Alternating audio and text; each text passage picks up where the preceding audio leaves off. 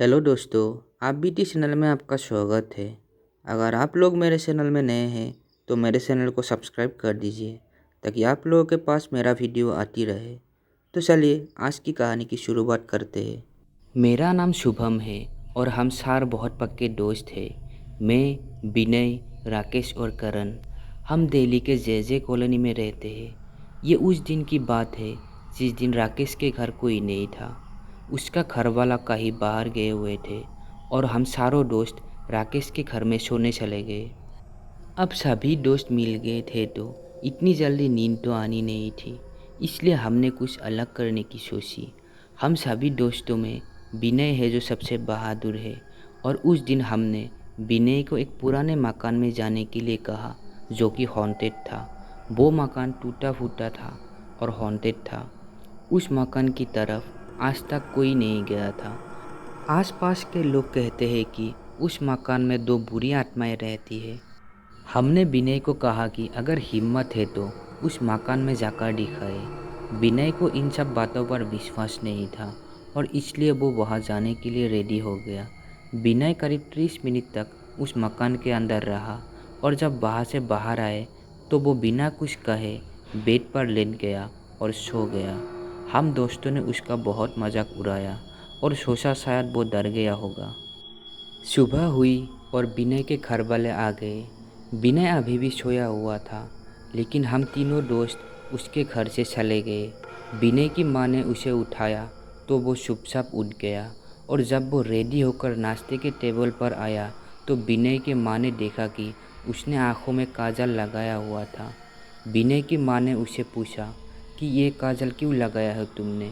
तब विनय ने कहा, यूं ही लगाया है। खाने के टेबल पर आकर विनय ने देखा कि पराठे बने हुए थे जो कि उसे बहुत पसंद था, लेकिन विनय ने अपनी माँ को आवाज़ लगाई और कहा कि उसे ऑमलेट खाना है। ये सुनकर विनय के माँ के होश उड़ गए क्योंकि वो वेजिटेरियन थे और विनय को अंडे से सख्त नफरत थी। विनय की माँ ने उसे डांटा और कहा कि ये क्या बक रहे हो। विनय ने खाना छोड़ दिया और वो घर से चला गया। जब विनय अपने दोस्त से मिला तो बहुत अजीब तरह से पेश आ रहा था। वो कभी किसी आदमी की आवाज़ में बात करता तो कभी औरत की आवाज़ में। ये देखकर विनय के सभी दोस्त थोड़ा घबरा गए, इसलिए राकेश ने जाकर रात की पूरी बात विनय की माँ को बता दी। अब रात हो चुकी थी लेकिन विनय घर नहीं आया। रात के करीब 10 बजे जब विनय घर आया तो शराब पीकर आया, जबकि विनय ने कभी शराब को हाथ तक नहीं लगाया था। विनय ने घर जाकर पहले आदमी की आवाज़ में अपने माँ को कहा, सुनो मुझे आज मटन कौरमा खाना है। फिर उसने औरत की आवाज़ में कहा, मटन कौरमा नहीं, मुझे भिंडी की सब्ज़ी खानी है।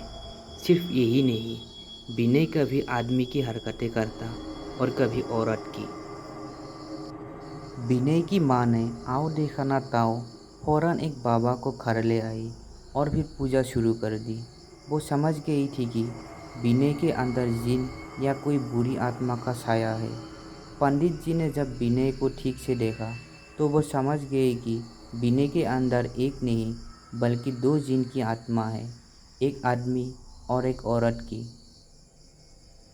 विनय जिस पुराने मकान में गया था वहाँ पति पत्नी रहते थे जिन्होंने लव मैरिज की थी, लेकिन लड़की के भाई को इस शादी से ऐतराज़ था और इसलिए उसने दोनों को जिंदा जला दिया। तब से उन पति पत्नी की आत्मा उसी मकान में भटकती है।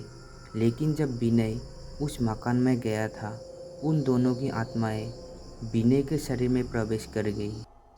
जो पति की आत्मा थी वो अपने पत्नी के भाई से बदला लेना चाहता था, लेकिन पत्नी ने उसे हमेशा रोका। बस इसलिए विनय कभी औरत की आवाज़ निकलता था तो कभी मर्द की। विनय की माँ ने पूजा करवाई, तब जाकर विनय के शरीर उन दोनों आत्माओं से मुक्त हो सका, वरना अगर देर हो जाती तो विनय से कुछ ऐसा हो जाता जो कभी नहीं होना चाहिए था।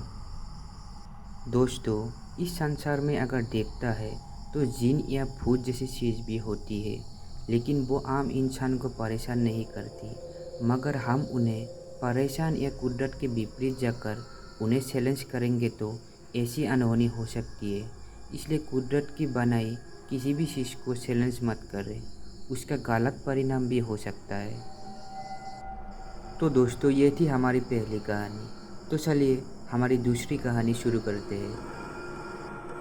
आज मैं आप लोगों को कुछ हकीकत बताने जा रहा हूँ जो बक्सर ज़िले के एक गांव में हुआ था।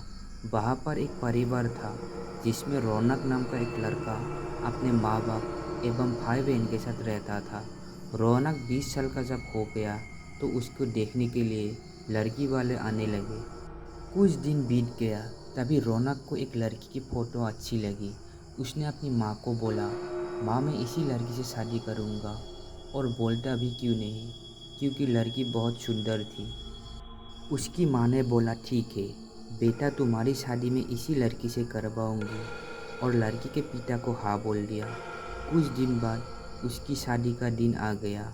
वो बहुत खुश था क्योंकि उसकी हल्दी मेहंदी और संगीत से घर में खुशी छाई हुई थी। सारे मेहमान से उसका घर भर गया था। वो मन ही मन सोच रहा था कि मैं अपनी औरत को बाहर घुमाने ले जाऊंगा और दोस्तों के साथ खूब बातें भी करूंगा कि देखो मेरी औरत लाखों में एक है। और उस दिन उसका इंतज़ार भी ख़त्म हो गया। गांव वाले भी धूमधाम से बारात लेकर लड़की के घर पहुंचे और दोनों की शादी भी हो गई। जब सुबह विदाई हुई तो उस समय लड़की की डोली अकेले ही ससुराल लाया जाता था। सार कहर डोली उठाते उठाते थक गए थे। वो बेचारे सोचे कि कहीं पैर दिखा तो डोली को उसके नीचे रख देंगे तो थोड़ी देर आराम करके फिर आगे बढ़ेंगे। और आम का पेड़ भी दिख गया था।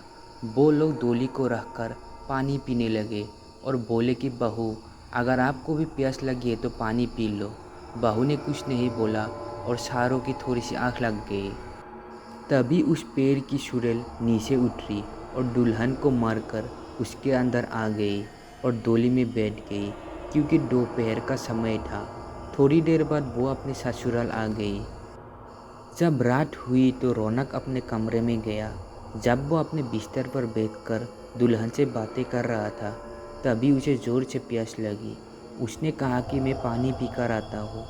दुल्हन ने बोला, आप बैठिए, मैं पानी दे रही हूँ।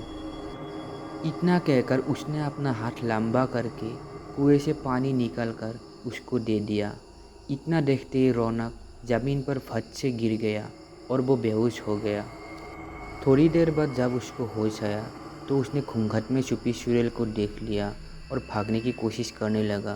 तभी उस चुड़ैल ने बोला, आप भागो मत, मैं आपको मारूंगी नहीं और अब मैं आपके साथ रहूंगी भी नहीं, नहीं तो आप जीवित नहीं रहोगे क्योंकि आपने हमारा चेहरा देख लिया है। लेकिन ये गाँव हमारे ही निगरानी में हमेशा रहेगा क्योंकि ये मेरा ससुराल है। और मैं आपको एक बात बताती हूँ जो आप अपने गांव वालों से बता देना कि जिस घर का चूल्हा उत्तर दिशा में होगा वो जब अपने घर का चूल्हा दक्षिण दिशा में कर ले तो उनको घर में हमेशा बरकत बनी रहेगी। इतना कहकर वो गायब हो गई। इसके बाद उस गांव में कभी भी भूखमरी या फिर कोई बीमारी जल्दी नहीं आती। वहाँ पर सब खुशी से रहते हैं। तो दोस्तों, आप लोगों को हमारी आज की कहानियाँ कैसी लगी कमेंट में ज़रूर बताना। अगर आपके पास भी ऐसी कोई कहानी है जो शेयर करना चाहते हैं, डिस्क्रिप्शन बॉक्स पे मेरा ईमेल आईडी है तो उस पर शेयर कर सकते हैं।